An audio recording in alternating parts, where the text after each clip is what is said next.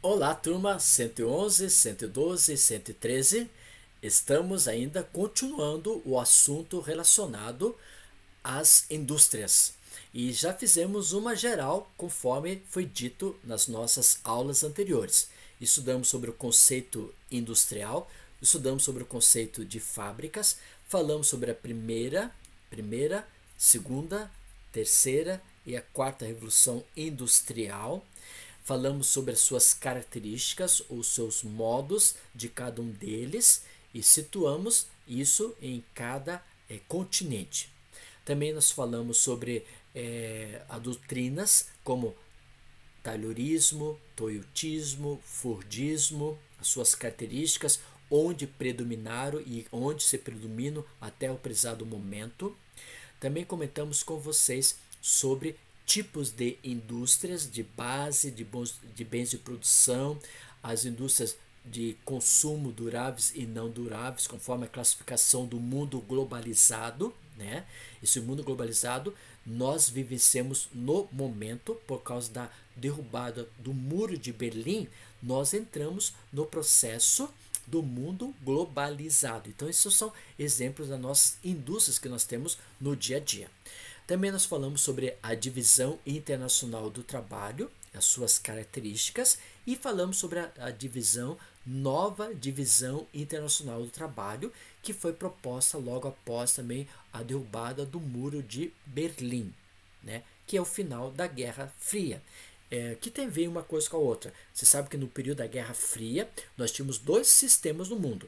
Ou você era capitalista, liderado pelos norte-americanos, ou você era socialista, liderado pela ex-URSS. E esse período foi um período chamado Guerra Fria, uma guerra de tensão nervosa, ocupando 70 anos. Com a derrubada do Muro de Berlim, dá o fim ao sistema bipolar. Essa bipolaridade que era comandada pelos Estados Unidos e pela Rússia, nós adentramos no mundo globalizado com a derrubada do Muro de Berlim. E aí, isso foi um fato marcante que ocorreu no mundo. E a partir do dia 1º de janeiro de 1990, nós estamos vivenciando um mundo globalizado. E esse mundo globalizado é um mundo que nós temos o NDIT, Nova Divisão Internacional do Trabalho. E nós, nessa nova divisão internacional do trabalho, divide a Terra em dois hemisférios, conforme a linha do Equador econômica. Ao norte, países ricos, pegando aqui embaixo Austrália e Nova Zelândia. E o hemisfério sul econômico, na linha do Equador econômica, nós temos os países pobres. E aí falamos na última aula que dentro desses países pobres, nós temos também países chamados emergentes, tais como México, o Brasil, Argentina, Chile, África do Sul, temos a Turquia, a Índia, a China, né? E os outros países, podemos colocar alguns outros, que são países chamados emergentes. Então, nessa nova estruturação, nós temos essa cultura de país rico, país emergente e país pobre a partir do mundo globalizado. Agora, tudo isso gera um problema ambiental, que são o quê? As transformações da matéria-prima em produtos para ser comercializável. E aí entra essa questão dos problemas ambientais. Um exemplo nós podemos citar, por exemplo, o iPhone 12. O iPhone 12 ele foi lançado dia 13 de outubro de 2020 nos Estados Unidos e para o mundo todo, né? E o Brasil também foi lançado dia 13 de outubro de 2020. Só que lá nos Estados Unidos foi lançado a preço de $1.000. Pegando esses $1.000, transformando para a nossa moeda real, ela vai dar R$ 5.790, mais ou menos. Vamos colocar R$ 6.000. Só que a ideia dos norte-americanos para vender para o Brasil, eles não querem $1.000, eles querem o quê? $2.000. $2.000 seria um celular de um iPhone 12 custando 12 mil, ou 10 mil, ou 12 mil, ou 14 mil, conforme os impostos. Só que aí eles fazem o seguinte: no lançamento desse iPhone 12, estão falando o seguinte: nós não vamos mais colocar adaptador para você colocar fonte de energia para reabastecer a bateria do seu celular. Nós estamos tirando isso. Estamos tirando o fone do ouvido do iPhone 12. Aí a turma perguntou por que estão tirando o iPhone, estão tirando a bateria, né, para recarregar na tomada. Por que estão tirando isso?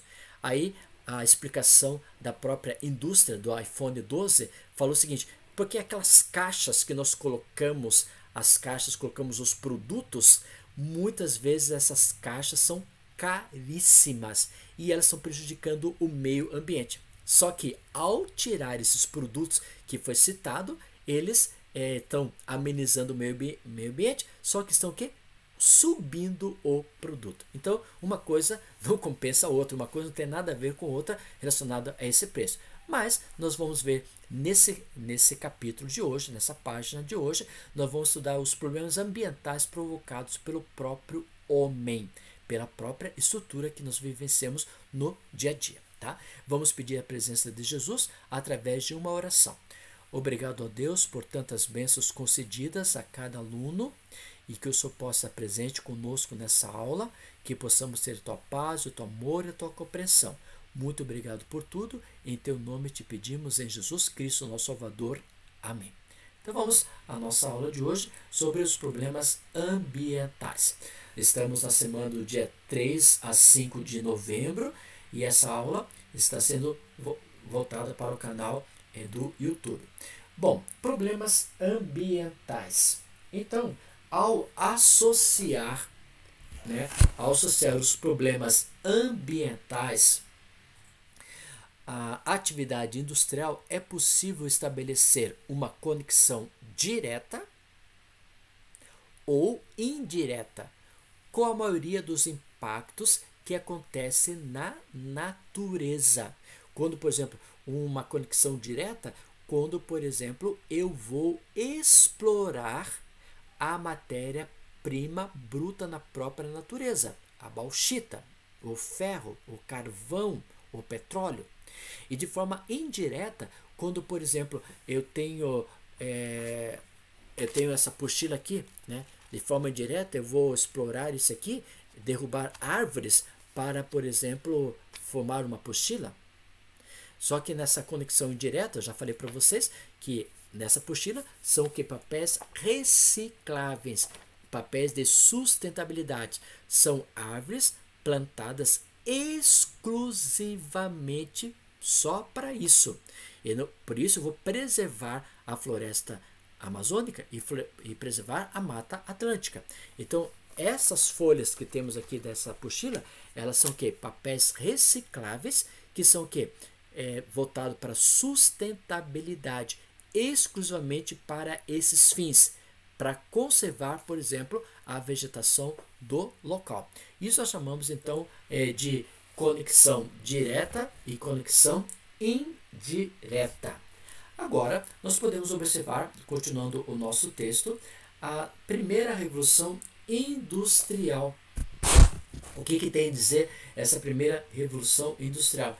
A primeira revolução industrial, a natureza passou a representar recursos, matéria-prima e mercadoria.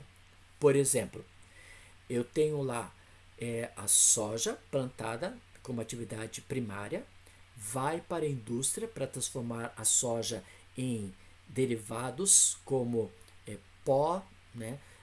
Derivados como óleo, derivados para a ração de animais, né?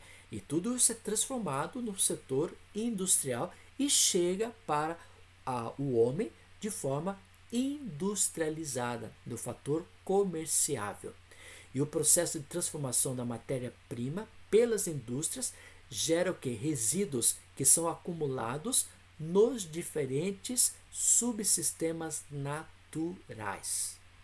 Por exemplo, muitas vezes tem produtos que você, ao tirar da própria natureza, como por exemplo a bauxita, lá vai ficar aquela cratera né? Aquele buraco que foi explorado para retirar aquele mineral. E muitas vezes não é arrumado aquela situação. Então, muitas vezes, agora, pela própria instituição do Ministério do Meio Ambiente, toda a área explorada deverá ser consultada pelo próprio Ministério para ter essas explorações, para não ficar, por exemplo, esses resíduos acumulados na própria natureza sem ter a sua própria utilidade, né? Esses lixos que são voltados. Depois nós temos agora, com o passar do tempo, na história teve, por exemplo, o contexto de como preservar a própria natureza, como cuidar da própria natureza. E em um período da história humana, o homem entrou em tanta degradação humana como agora. Cada vez mais o homem quer produtos de qualidade em grande quantidade, muito produto sendo explorado. E isso vai o quê? Prejudicando o meio ambiente.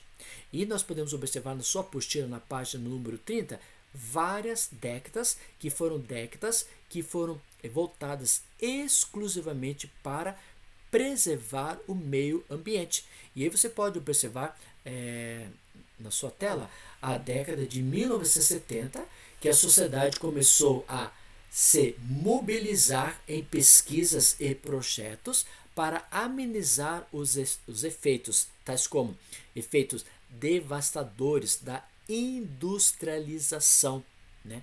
E essas próprias entidades são de formas isoladas, nem são do governos, para promover, nós chamamos de ONGs, né, organização não governamentais, para conservar o meio ambiente, já que o Estado muitas vezes não tem esse interesse da preservação do próprio meio ambiente. Então isso, a partir da década de 70, nós tivemos essa incidência. Agora, em 1972, nós tivemos, por exemplo, na Conferência de Estocolmo, na Suécia, foi o primeiro ponto e colocaram como desenvolvimento a qualquer custo. E aí nós tivemos esse processo muito forte que eles colocam como desenvolvimento sustentável. Esse sustentável por exemplo, na atual conjuntura, o homem ele tem que conservar o meio ambiente através da sustentabilidade, ou o que nós chamamos de reciclagem. Por exemplo, já citei para vocês o exemplo desse calendário. Esse calendário aqui, ele está escrito assim, papel reciclado, o que nós chamamos então de desenvolvimento sustentável.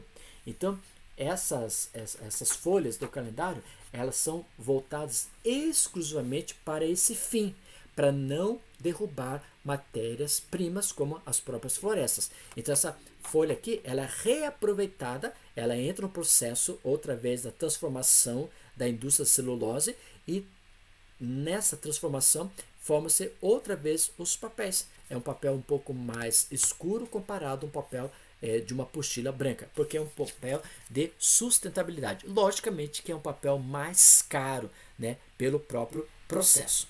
Então isso nós chamamos de desenvolvimento sustentável. A ideia de desenvolvimento sustentável é recentemente. De sustentabilidade propõe a redução dos impactos na natureza com investimentos em gestão ambiental sem afetar o crescimento econômico, né? Aí nós podemos observar que foram criadas muitas leis e essas leis são leis que vão preservar o meio ambiente.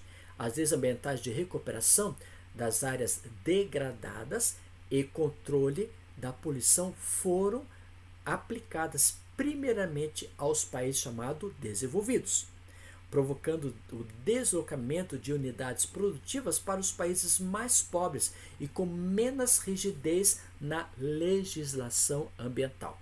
Você sabe que tem muitas indústrias norte-americanas, estadunidenses, que eles saíram lá da sua origem matriz e vieram para os países pobres. Por quê? Os países pobres não colocam em evidência essas leis. E o mundo cobra os países ricos, né, Mas essa lei ambiental, logicamente, foi feita, né? E hoje essa lei ambiental não é só para países ricos, é para países ricos, países emergentes e países pobres. E então essa lei ambiental é para formar o quê? É proteger essas áreas que estão muitas vezes degradadas pelo próprio homem, né? E aí nós podemos observar no contexto que nós estamos comentando essa certificação ambiental. Atualmente existem várias propostas para conservação, a sustentabilidade, a credibilidade das próprias indústrias do mercado consumidor para cuidar do meio ambiente, né? Então, as indústrias recebem lá o ISO 1004 ou 14000, conforme a configuração do seu tipo de indústria. Esse ISO vai ser um certificado ambiental para dizer que essa indústria está preservando, controlando o meio ambiente. Esses pontos que você pôde observar são problemas que nós citamos na página número 30 da sua apostila. Mas, em contrapartida, nós também temos problemas ambientais, tais como os problemas ambientais provocados diretamente pela indústria estão relacionados com a poluição do ar e da água. Esse é um grande problema, né? Como resolver esse problema do ar? Então, uma das soluções é criar o quê? Filtros nas chaminés. E na água, não eliminar elementos químicos na própria natureza, nos próprios rios. Outro ponto que nós podemos observar são efeitos constantemente debatidos nos meios de comunicação e estudados nas disciplinas afins.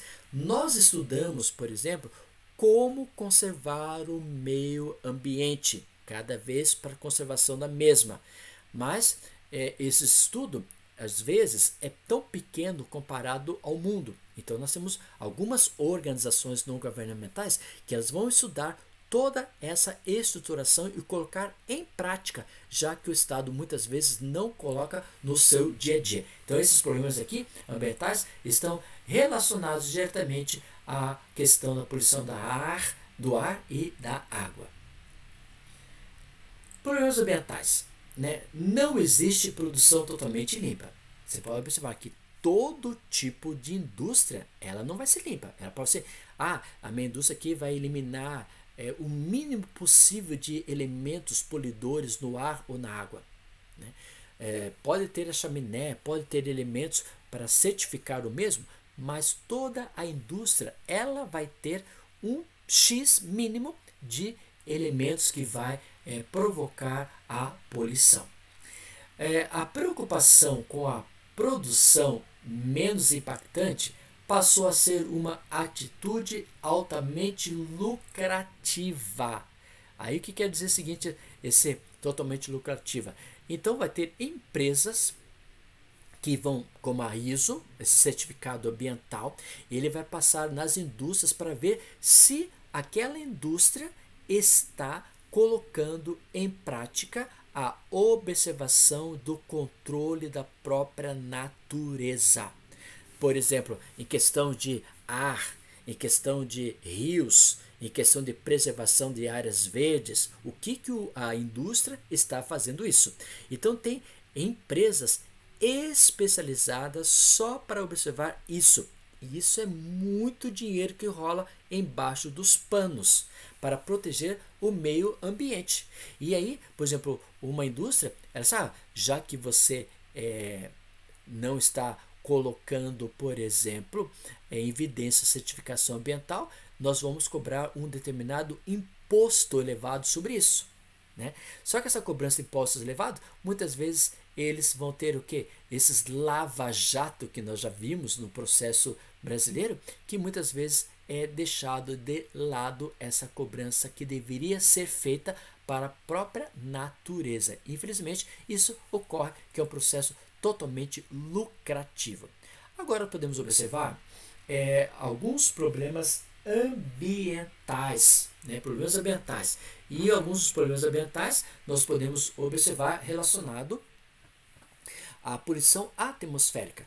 Os efeitos da poluição atmosférica industrial foram discutidos na Conferência das Nações Unidas sobre o Homem e o Meio Ambiente em 1972. Desde 72 até 2020 está sendo discutido essa poluição atmosférica. E você está no ano 2020 e temos muitas indústrias que poluem a própria atmosfera. Várias décadas depois, o problema se agravou e cada vez está aumentando mais. Por quê? Porque o homem quer produtos de qualidade e também de quantidade. E isso a própria natureza não consegue ter a sua própria sustento. A emissão de gases poluentes, gases, por exemplo, industriais, gases automobilísticos, gases automotores, gases do dia a dia provocado pela própria transformação antrópica, né? Em grande escala, local e global, prejudicando o que? A saúde humana, com doenças respiratórias, doenças cardiovasculares e até próprias alergias. Tem gente que, por exemplo, tem muita alergia na cidade de São Paulo quando ocorre, por exemplo, a inversão térmica provocada pela poluição atmosférica no período do outono ou inverno. E na primeira fase da Revolução Industrial, o carvão mineral utilizado nas fábricas provocava intensos problemas respiratórios na população. A situação se agravou na segunda Revolução Industrial, pois com o aumento das fábricas, a poluição do ar trouxe vários problemas de saúde aos moradores dos grandes centros urbanos de metrópoles e megalópolis. E com o surgimento da indústria automobilística, a poluição do ar atingiu níveis críticos. Aí nós estamos inventando vários carros para emitir menor quantidade de poluentes, mas ainda as nossas ruas, as nossas rodovias estão cheias de emissão de poluentes provocados por automóveis. Os efeitos das emissões de poluentes dos combustíveis fósseis passaram a ser o que? Globais. E você pode ir em qualquer parte do mundo, não vão ter carros movidos por combustíveis fósseis, né? Como é o caso o petróleo. E isso é evidência. Foram encontradas algumas outras fontes alternativas para substituir, por exemplo, o petróleo, como, por exemplo, metanol, né? Energia elétrica ou energia solar para a energia desses carros, mas ainda no processo muito caro e no processo lerdo, um processo tardio, né? Mas o combustível petróleo que mais ocupa essa posição. E a comunidade científica e as entidades ambientais passaram a divulgar frequentes relatórios do caos que existe no mundo relacionado à poluição atmosférica. E o importante, acordos internacionais propõem alternativas para a redução do nível de poluição. Mas o maior desafio é conciliar a economia com a redução da poluição. Esse é um grande problema que o homem ainda não conseguiu conseguiu liderar. Mas por quê? Porque o homem ele está preocupado na quantidade de produtos e não está preocupado, por exemplo, relacionado à questão do próprio ar. Nós também temos outro problema, que é o problema da chuva ácida. Essa chuva ácida, pesquisas indicam que a industrialização é responsável pela queda gradativa do pH das precipitações, como orvalho, neve, granizo e chuva. Em 1852 foram detectadas as primeiras alterações e a partir de 1960 a comunidade científica intensificou os estudos e produziu relatórios alarmantes dos efeitos da chuva ácida na natureza. Por exemplo, quando se fala em chuva ácida, Curitiba, nós tínhamos algum tempo atrás várias praças. Nessas praças tínhamos, por exemplo, muitos ônibus que circulavam do centro da cidade até os bairros. E observaram que aos poucos Praça Tiradentes, Praça Rui Barbosa, Praça Carlos Gomes, onde temos grande concentração de ônibus, tinha muita problemas relacionados à chuva ácida.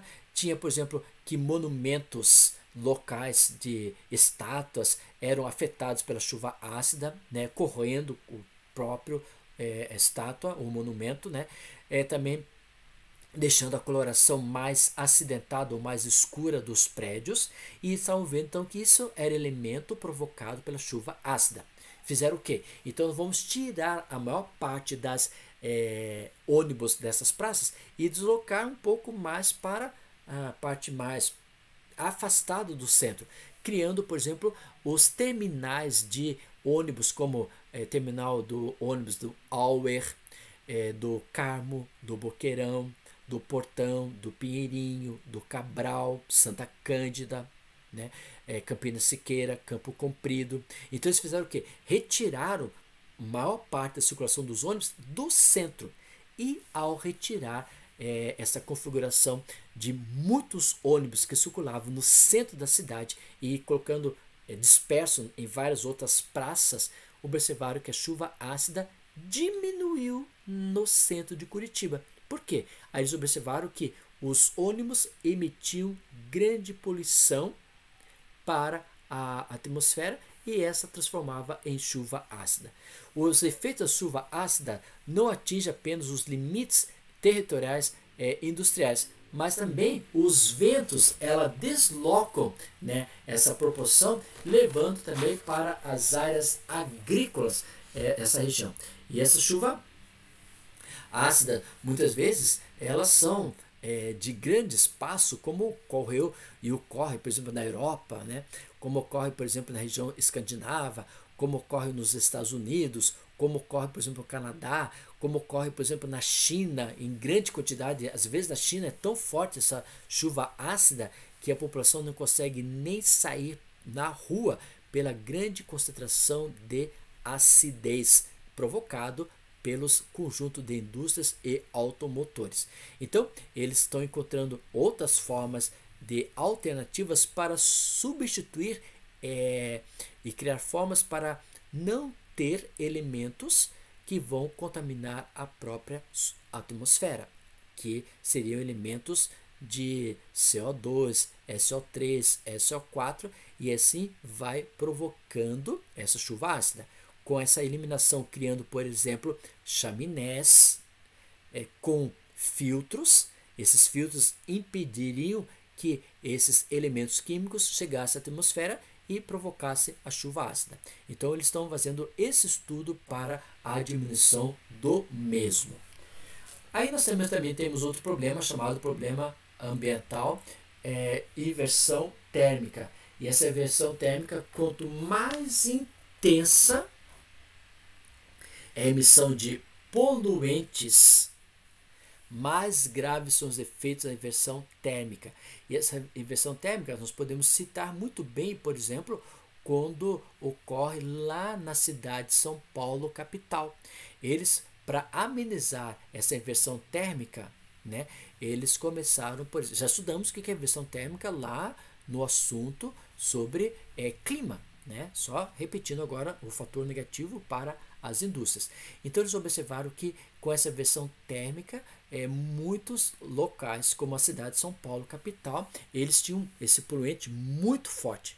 Então eles começaram a fazer o quê? Reduzir os automóveis circulando na cidade, fazendo placas de rodízio para aqueles dias tais, o dia tal não circula esses carros com essas placas, outro dia tal, número 2, o número 3 e assim por diante, os finais. Isso fez com que diminuísse a inversão térmica no período do outono e inverno, que acontece principalmente em São Paulo. Essas ações individualizadas, essas ações coletivas e aplicadas realmente diminuíram essas emissões de poluentes e com isso diminuiu a inversão térmica, principalmente na cidade de São Paulo, capital. O outro que nós podemos observar com vocês, outro problema ambiental, é o que nós chamamos de aquecimento global. E esse aquecimento global é o que é mais questionado, voltado na própria estrutura. Já estudamos o que é aquecimento global. Então essas mudanças antrópicas, mudanças provocadas pelo homem na própria natureza, incluindo a poluição atmosférica, toda a poluição atmosférica que nós estamos falando é resultado das atividades industriais e também automotores. São apontadas como possíveis causas do aumento do aquecimento global, o aumento da temperatura global. E nós podemos observar, nós estamos num período do ano que já faz tempo que está faltando chuva e as represas estão cada vez chegando no seu limite e a temperatura estão sendo elevadas, né? E muitas vezes a temperatura, como ontem, alguns lugares, por exemplo, no estado do Paraná, a temperatura chegou a registrar a 45 graus no período de primavera. Esse é período de verão, mas não de primavera. Isso são resultados do aumento da temperatura global, formando esse aquecimento global. Não existe ainda um consenso científico nos dados referentes à interferência do industrial, mas eles podem observar que desde a primeira revolução, da segunda, terceira e a quarta, o aumento da temperatura está cada vez mais. E com isso, eles puderam observar que o aquecimento global, um dos pontos que ocorre muito esse aquecimento é através do quê? Dessa poluição, né? Provocando o aumento do mesmo. Na última década, os blocos econômicos mais poderosos como o G8 significa o quê? São um grupo dos países mais ricos do mundo a nível industrial e juntamente com a União Europeia, tem estipulado metas para a utilização de fontes de energia menos poluentes para amenizar esses efeitos industriais provocados pela própria questão do homem. Então, esses são os problemas ambientais que temos no dia a dia. E a degradação de corpos de água, um outro elemento nós podemos colocar, que a atividade industrial provoca a degradação dos corpos de água, né? As bacias, as nascentes desses próprios rios, por onde passam essas próprias águas, ao ser consumido pelas próprias indústrias para lavagem dos motores, para resfriamento dos motores dessas máquinas, essas águas não podem ser mais ser utilizadas, ser reutilizadas, e com isso vai degradando o espaço fluvial desses rios. E o lançamento de efluentes ou resíduos sólidos industriais diretamente nos rios, nos lagos, elimina a vida aquática. E esses resíduos industriais, eles vão ser o quê? Substâncias oleosas, metais pesados, que muitas vezes degradam o meio da bacia do corpo da água. Em indústrias que utilizam a água para o resfriamento, né, desses equipamentos, o impacto no sistema hídrico ocorre quando os rios e lagos recebem constantemente a água aquecida. E a alteração da temperatura vai interferir no equilíbrio das espécies que vivem local da fauna, da flora da mesma região. Então, iniciativas estão sendo criadas para que não eliminem essas fábricas ou essas indústrias, esses elementos na própria água, contaminando esse aquecimento no próprio local. Atualmente, os rios urbanos se encontram em graves estados, como, por exemplo, Curitiba, o Rio Belém. O Rio Belém é um dos rios mais poluidores que nós temos em Curitiba devido a questões industriais. E as águas oceânicas, logicamente, que recebem esse próprio problema, por quê? Vamos colocar lá, o Rio Iguaçu, saindo de Curitiba, né? Não, Rio Belém, desculpa, Rio Belém, saindo de Curitiba, encontra-se lá em Foz do Iguaçu, jogando suas águas no Rio Iguaçu. O Rio Iguaçu, lá já com fronteira do Paraná, nós vamos encontrar o Rio Paraná. E o Rio Paraná encontra-se com a Bacia Platina. A Bacia Platina encontra com o Oceano Atlântico. E todas essas impurezas vão ser levando o quê? Do Belém ao Iguaçu, do Iguaçu ao Rio Paraná, Paraná, Bacia Platina e Bacia Platina ao Oceano Atlântico, provocando essa degradação do meio ambiente, principalmente das bacias hidrográficas. E o homem então vai contaminando todo esse espaço que nós podemos observar de problemas ambientais. E esses problemas ambientais, como foi dito, o homem ainda ele quer qualidade e não quer, por exemplo, questão de sustentabilidade. Essa atividade da página número 33, né? Página 33, vai ser uma atividade que nós iremos fazer em sala de aula, através do vídeo, logicamente. A página número 34 também irei apresentar respostas sugestivas. A página número 35 e a página número 36. Agora, as demais X, como a página 36, 37, 38 e 39 e 40, você irá fazer como atividade para o mês de novembro, que é a nossa AV2.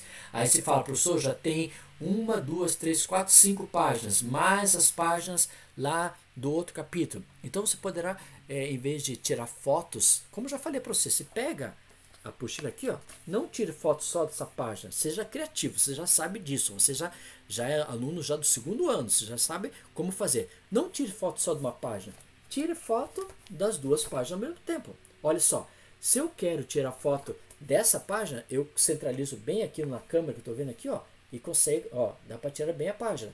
Agora, se eu quero tirar duas páginas, eu faço o quê?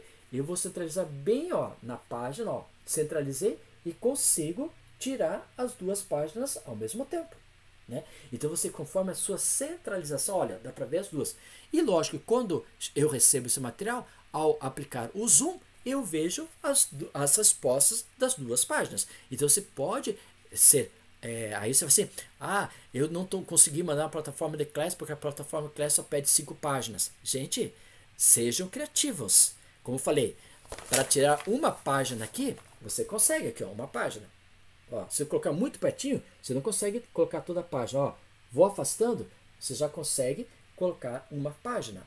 Agora eu quero duas. Como é que eu vou? Se eu for muito perto, eu não consigo ver as duas páginas. Agora se eu vou indo mais, ó, afastando o mesmo, eu consigo colocar o quê? As duas páginas numa folha só. E aí depois eu recebo e faço o meu zoom e aí consigo ler essa página, ok? Então, essa atividade que você está vendo aqui, que é da página número 36, 37, 38, 39 e 40, é a avaliação do mês de novembro relacionado à AV2. E a outras páginas que eu citei para vocês, que é a página número 33, 34, 35 e 36, né, de escrever, essas páginas eu vou fornecer para você as respostas. E aí você vai ter condições de responder, mandar todas elas.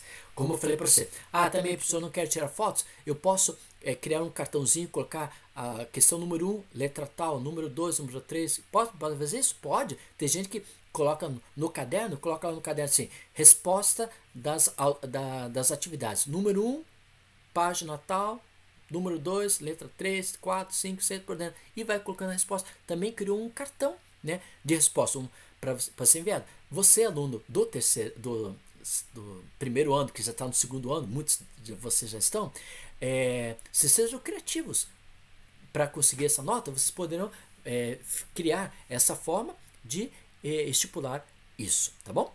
Muito obrigado, que Deus possa abençoar. Aqui você está vendo outra vez na página, a página que deverá ser feita, já poderão fazer, e aí vai ter um dia para você postar na plataforma do eClass. Vamos finalizar a nossa aula através de uma oração. Que a bondade do Senhor Jesus Cristo possa estar presente com cada aluno e que nós possamos sentir sempre a presença de Jesus Cristo no nosso coração. Trabalhe conosco, nos oriente, nos fortaleça, nos anime, nos ajude para sermos pessoas crescentes na graça, no poder que vem do Senhor Jesus Cristo. E que um dia todos nós possamos estar juntos lá no reino dos céus, agradecendo a Deus por tantas bênçãos concedidas até o prezado momento. Esteja com cada aluno da 111, da 112 e 113. E também estenda essas bênçãos aos seus queridos familiares, que cada família possa receber a sua presença constante no coração, aliviando nesses problemas tão difíceis que estamos vivendo no dia a dia. Muito obrigado, em teu nome te pedimos, em Jesus Cristo, nosso Salvador. Amém. Turma, muito obrigado, que Deus possa abençoar você e até o próximo encontro. E o próximo encontro vai ser a nossa live do dia 9 de novembro, se Deus quiser, e vamos curtir algumas atividades. Muito obrigado, até o próximo encontro. Tchau, tchau, fui, fui.